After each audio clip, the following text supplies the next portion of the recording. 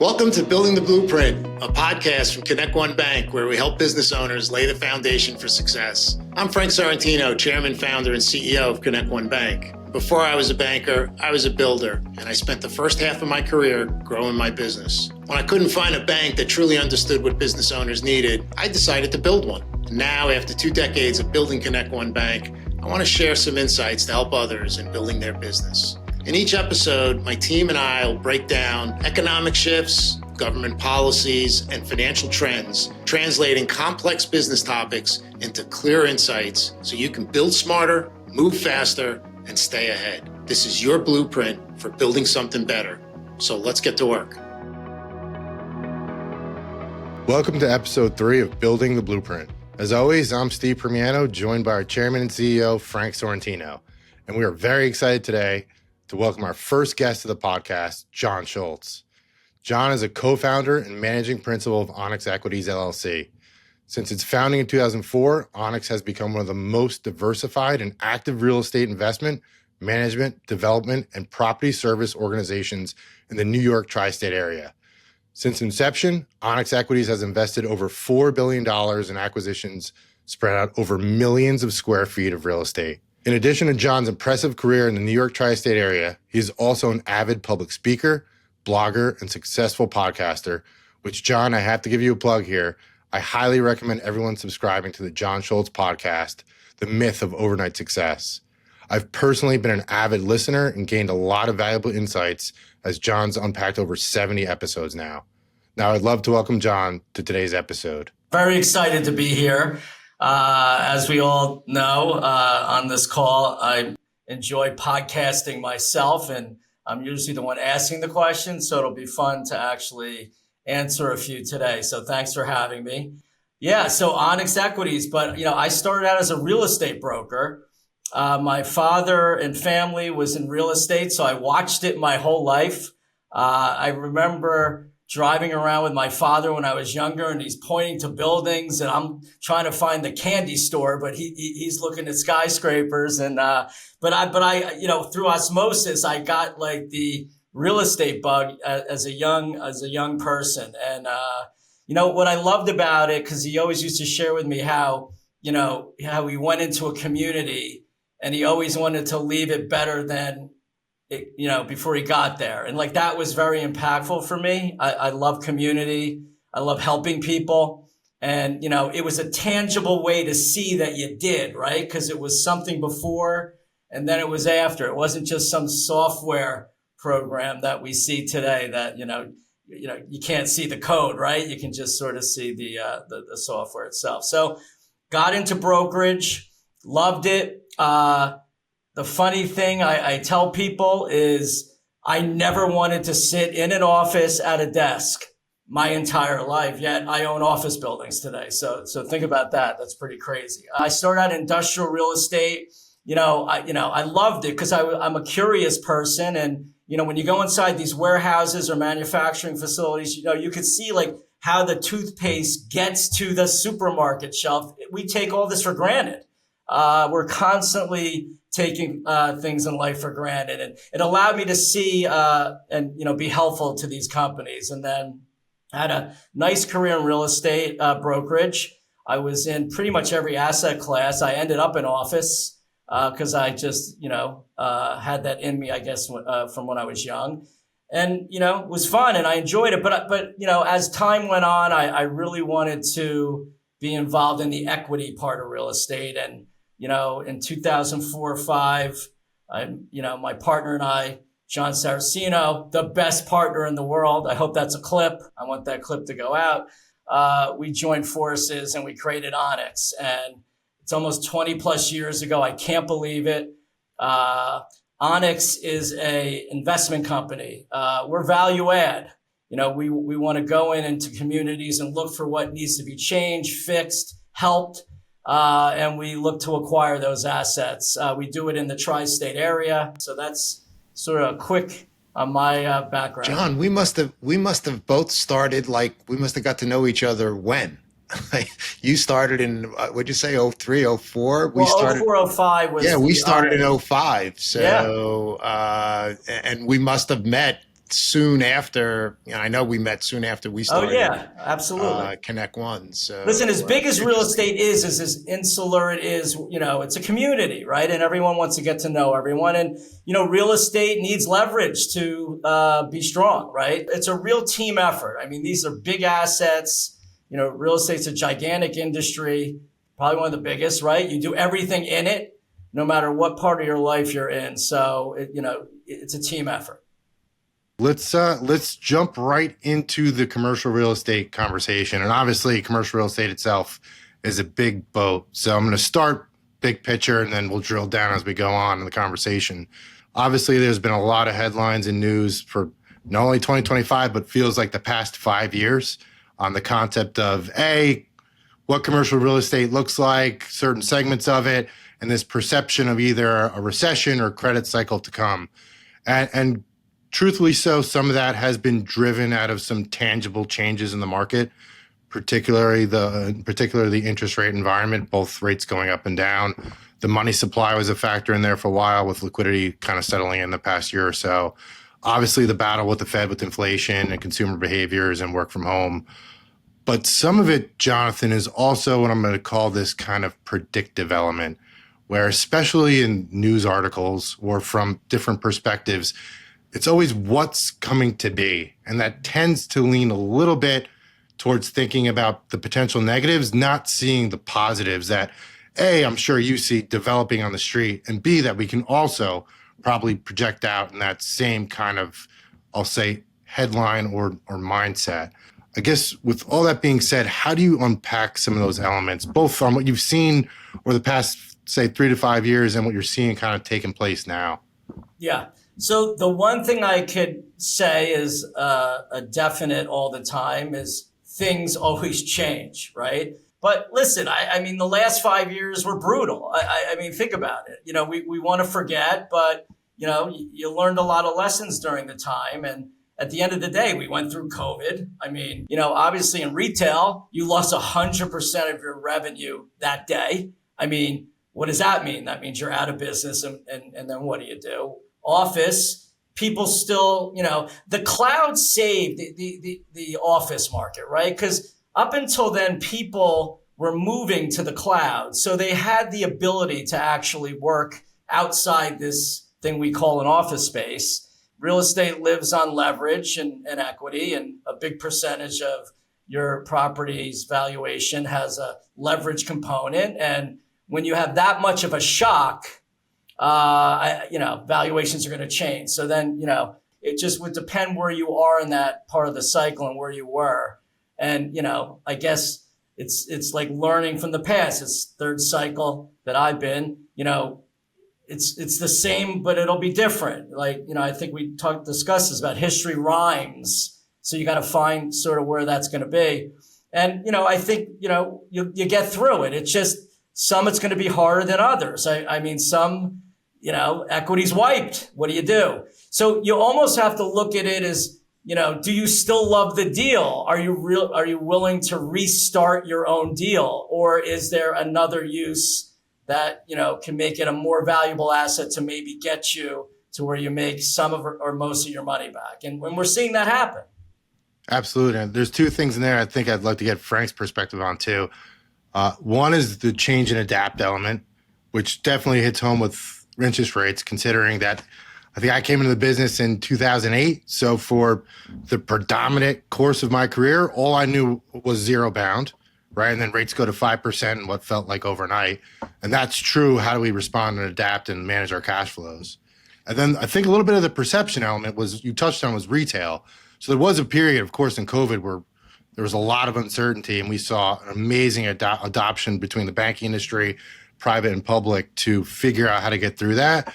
And then at the end of the day, retail kind of came out to be, I'd say, one of the best asset classes as you look forward or look back a year or two later.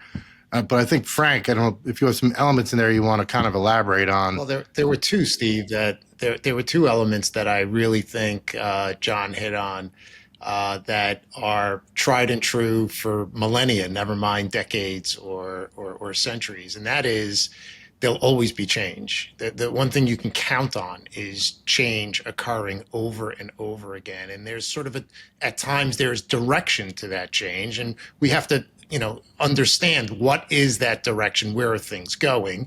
And at certain times in history, there are abrupt changes. COVID was an abrupt change that forced everyone to come to a particular reality.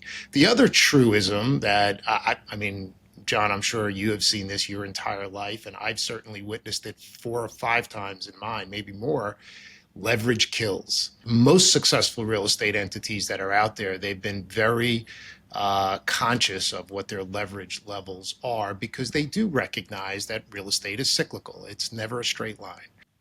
And I think that's a viewpoint that brings success, not just to commercial real estate and real estate, but to any business, right? Is to, like you said, John, like you said, Frank, it's you got to keep your ear to the ground with where your clients are headed, or where they're expected to go, or what they want a property to look like, and then meet them there and have that vision, John, right? So when you sit here in your outlook today, thinking about the commercial real estate landscape, and specifically in the New York area, New Jersey area, how do you see things playing out from your viewpoint as far as where we're headed, where demand's headed? Ignore the headlines for a second and just give us your honest opinion of what you're seeing and hearing out there. I think people definitely, are coming back to the office. I mean, I know our parking lots are way more full, 3.5, 4 days a week. Like I said, we've got very high occupancy. And, I think there is a future for office. I always knew it. You need you want to have a culture. You want people to be around. I still think flexibility is going to be an important part of that, but we're seeing it sort of get back to equilibrium in a positive way. The interesting thing will be, with all the knockdowns and, there's not a lot of Class A plus stock left. So will we actually see buildings being built in the future? We could. A lot of the trends you talked about, I think, actually started before that time period, right?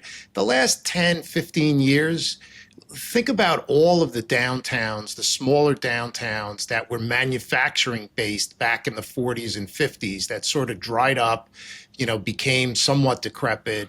Now, all of a sudden, they've come roaring back. People want to live, eat, sleep, have fun, all, in the same place. And so we're seeing a dramatic change, not just here in the New York metro market, but across the entire country, of towns that were left for dead that have had amazing resurgence. So there are some basic things that just don't seem to change. And that is, the first one is people need a job. People need a place to work. People like to be with other people. We are social creatures. And so a lot of what what we're all talking about here is creating those social environments where people feel good. It's the energy you talked about. And whether that's in the retail space, the office space, where you live, look at apartment buildings today. They are so different than an apartment building that was built in the 1950s that was very utilitarian. Now they had fully amenitized, all, people want you almost like resort type. And we're talking about everyday apartments. Let me just kind of zero in here a little bit because, I know we're talking about headlines, but there is some tangible stress out there.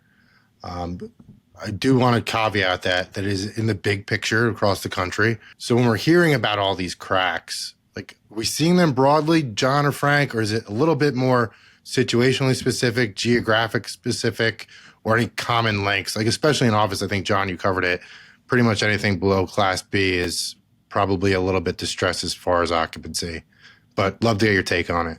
I guess I'll go for it. Listen, that's our business. It's every cycle. In times where there was a shock, whatever that shock was, we had the '08 shock. Now we have, the shock of this cycle, and loans are coming due. That's the pinnacle of, the anger, denial acceptance phase of our business that we go through.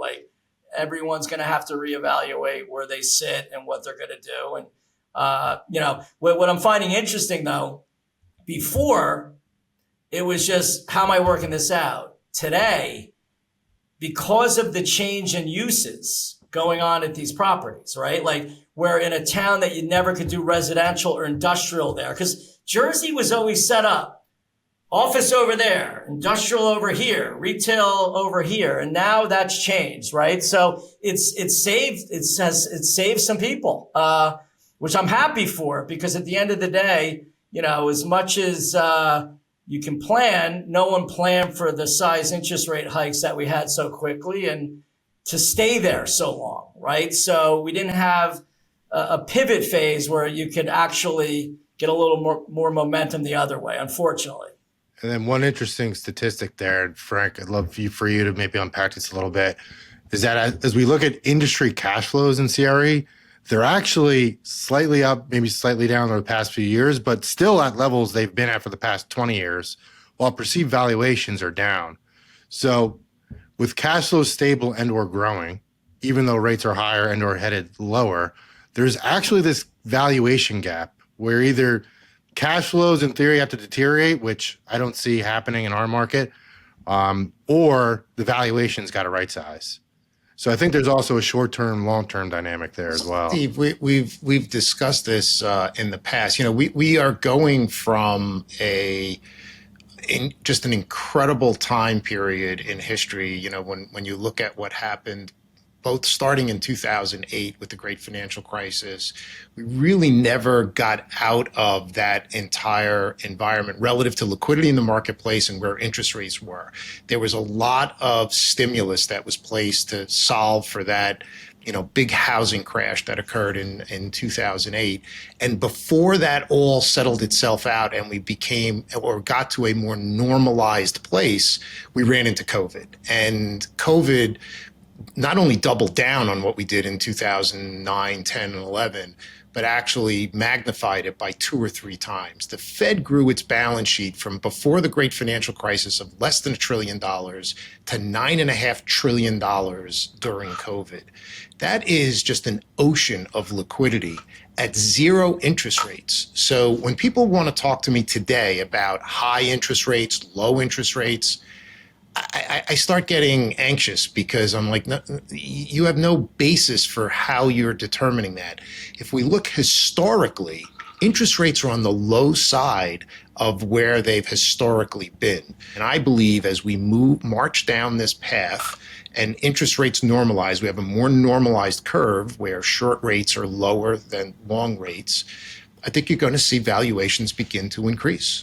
Yeah, and I think all you need to know is the rules on new deals. We know what the rules are. We know where rates are. We know what we think our exit caps are. We're going to be conservative because that's what we are. We're conservative in how we look at things. And it's like every other cycle. Like those are going to be great deals. You're buying things probably cheaper than you would have in the past or should have in the past. And you move on. But there are some, very momentum spots now. You got the AI. It is a revolution. I mean, if you just look at what's going on and you look at ChatGPT and just the user base it has, I think they got to 1 billion users 8 years before Google did. I mean, just think of that. Like this is much bigger as far as how people are integrating it into their lives than we've ever seen in technology, right? So how do you have AI be a real force to the world in the future? You need infrastructure. Infrastructure has a real estate component. It also has a power component. It's like going back when the internet happened and they needed to put the fiber lines in. So we're going to have a very interesting next 5-10 years as far as how that evolves. But it's smart to get ahead of it and understand it enough to know at least how to potentially pivot, rather than having your head stuck in the sand and not thinking about it. Steve, directionally, based on what Jon, you just said about whether it's AI or just the fundamentals of what's happening in the macro economy, I really believe that we're in the uptick of the cycle. I know people are talking recession, people are talking about slowdown, people are talking about a lot of different topics. We talked about tariffs. There are a lot of inputs going into this economy. But if you continue to just focus on what's happening and how how much liquidity is still in the system, where interest rates are from a historical standpoint, the changes that are going on within the economy where we're getting more and more efficient.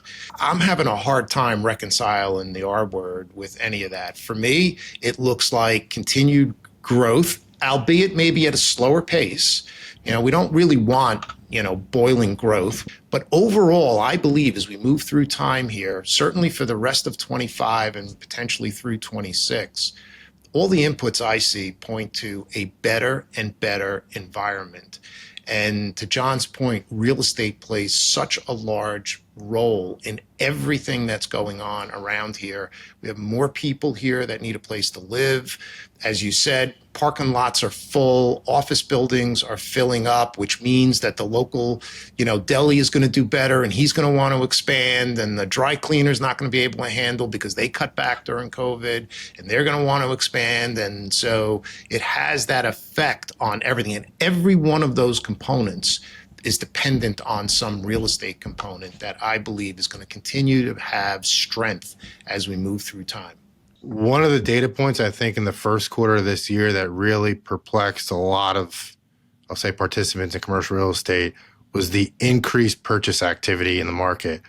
I think the first quarter of 2025, office had more activity than both 2024 and 2023 individually. So from a rate perspective, market activity perspective, I think we're starting to see the tangible, normal level of interest rates. And then, Jon, to your point, I think on the strategic side, you got to have that vision of where these properties can be positioned in the future, specifically with what market you're in and what you're seeing in your communities, states, cities, whatever it might be. So I guess when you're planning ahead, is that how you're typically approaching it? And then how are you embracing technology to kind of get that more efficient in the operation of not only the property, but I guess also the company as a whole? Well, I listen, I'm seeing stuff and reading about stuff that it's like, it's sci-fi. It's all the things that you saw in movies actually coming to life in our reality. So, being in products that you see momentum, that you see there will be a need for, that, and listen, as far as building a life science project, it's a very expensive build. So, if you could buy things at a reasonable price and we, have a lower cost A+ alternative, which we do, that's something that we have conviction in. And that's what we look for when something, comes onto our radar. And I'm sure there'll be other opportunities like that come, as things evolve, real estate needs and just how companies operate themselves change. So we need to be at the forefront of that. So that's, again, understanding your customer, reading about trends and why things are happening, why are needs changing, and where can we, sort of be a little bit ahead of the trend on the properties that we're looking at, and how can we apply that to the markets that we're in and the tenants that are in those areas. And that's what we do. And sometimes we get it really right. Sometimes we get it partially right. And sometimes, it's not completely right. I think you got to stay focused and you got to be something to someone in a way that's impactful. And I have to tell you, living in New Jersey, whenever a house gets listed in my neighborhood, there's still a line like it's a Taylor Swift concert, or they're selling Magic 8 balls or something. It's unbelievable. Yeah. So when it comes to housing, especially in New Jersey and the New York metro area, it's still a tremendous shortage. Yeah. So even down to the most basic needs of commercial real estate and serving our communities, it really all continues to, as your point earlier, Jon, to rhyme in nature, where it just comes back to this element, to Frank's point. It comes down to supply. We just are in a situation where we keep needing more. It's just, listen, at the end of the day, getting through approval processes take time, energy, and effort. They're longer than I would like. It does make it, once you get something done, it does make it more valuable. But at the end of the day, if we want to grow our population and our economy, it's definitely something that would, be great if we could have more of, more options. Definitely agree. And maybe just before some final thoughts, maybe just a little bit of outlook from each of you, maybe starting with Frank, just what do you think transpires over the next, say, 3 to 5 years in the long run? I know there's a lot of discussion about today, but where do you think things are headed for the real estate market here? Again, I think we start with the general state of the overall economy and then our local economy. I really don't see anything that's going to tip that over at this moment in time. I think we're on a good track. We came out of a very, very difficult time period. I think there's a lot of innovation going on in our economy that will keep it on a roll. To Jon's point, if you stick a pin in Midtown Manhattan, that is probably the center of the magnet that's drawing everybody into this area. It's where the universities are, it's where the research hospitals are, it's where culture is, it's where sort of the center of the universe for the Northeast is. We have the ports. There's military innovation going on here. There's manufacturing innovation going on here. There's a lot going on in this specific marketplace. And so for me, I see that rolling out over the next few years. Is it 1, 2, 3, 5? I hard to say. What could tip it over? There's a number of things that we could probably talk about. But for the most part, I see things continuing to be in a good place, albeit some ups and downs. I see a fairly benign interest rate environment moving forward. I think the Fed has a really good handle on what's happening. They're really trying hard to keep inflation in check, but allow for growth in the economy. I think we're going to get through, sort of the issues relative to tariffs, the Middle East wars, all the things that are capturing the headlines today and giving people a high level of uncertainty around whether to move forward or not are going to dissipate, I believe, as we move through the rest of this year. And I think the vantage point from, let's call it year end or the beginning of next year, is going to be quite a positive one. Yeah, I tend to agree. But what I am learning is we're in a world that change happens on a dime, and who knows what's going to happen tomorrow, the next day, with what's going on in the world. But to me, barring we can't control that, we can only think about it. We need to know the rules to feel confident. People want to feel confident when they're making risk decisions, but on an overall real estate sort of feeling for me, I think this is the most exciting time that I will have in real estate over the next 5 years. 2 reasons. One, I think, Onyx has built a tremendous brand. We're a trusted brand. So I think we're going to see really good opportunities to work in an industry that we love, and we're set up for it, right? So that's very exciting to feel that. The other thing is the innovation. I truly believe that, we're going to see a lot of innovation that we don't feel is here yet, but we're reading about it, and it's going to create a lot of opportunities for growth and in different areas in real estate that will need to support that growth. Steve, one of the things Jon mentioned that I found interesting recently was, this whole AI revolution and data centricity, creating opportunities to build data centers, but the data centers are energy dependent, so they're being built next to energy infrastructure. There isn't enough energy infrastructure, so what's happening? The whole country is becoming more focused on energy efficiency and energy creation. And so did you ever think in our lifetime that we'd be talking about building nuclear power plants? I mean, New York State just issued the permit for the first, nuclear facility since I think the 1970s.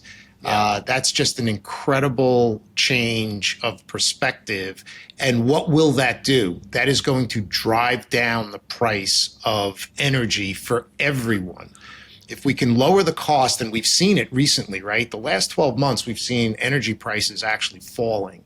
And so that fall in energy pricing is actually helping the economy. So there's another one of those tailwinds that I think are going to help propel the economy forward. And I predict that as we move through time, energy will continue to get cheaper and cheaper. And we have to. You need it for everything. There's nothing that you don't do that doesn't have energy attached to it in some way, shape, or form on how we make products. Well, the good news Right? there, Global good news input. there, John, is a nuclear reactor is commercial real estate. So, Yep. Well, and the there's infrastructure always around some it. component that we can get involved in, however that is, right? So let's wrap up there, where everything has a real estate component. Everything has a real estate component. Yeah, coming from real estate people, right? Look at us. We're like immersed in our own world, but I love it. I'm going to stay there.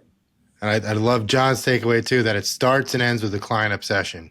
And you got to be comfortable with embracing change. I think a lot of this conversation revolved around just thinking strategically, long term, being able to see change, adapt to it, and then respond to it effectively. And we're seeing the market start to do it, but how you can get ahead of that curve, as John knows, is what sets you apart from everybody else.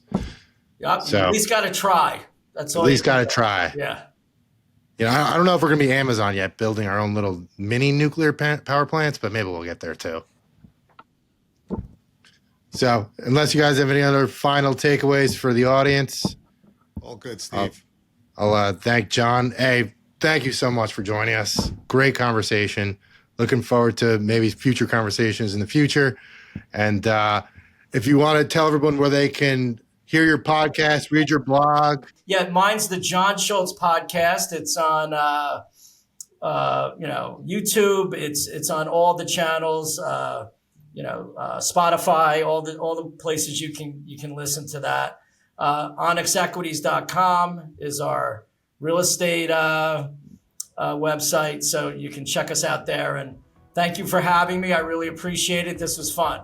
We appreciate it too. I can tell you this. Always I great promise to you see this, John. When my kids are able to like and subscribe podcasts, Building the Blueprint will be one. Jon Schultz podcast will be two. Thank you. So Appreciate again, it. I strongly encourage everybody to subscribe and listen. It's a great podcast. Thank you again for joining us. I know our audience definitely enjoyed it. Thank you everybody out there for listening to episode 3 of Building the Blueprint, and wish you all the best.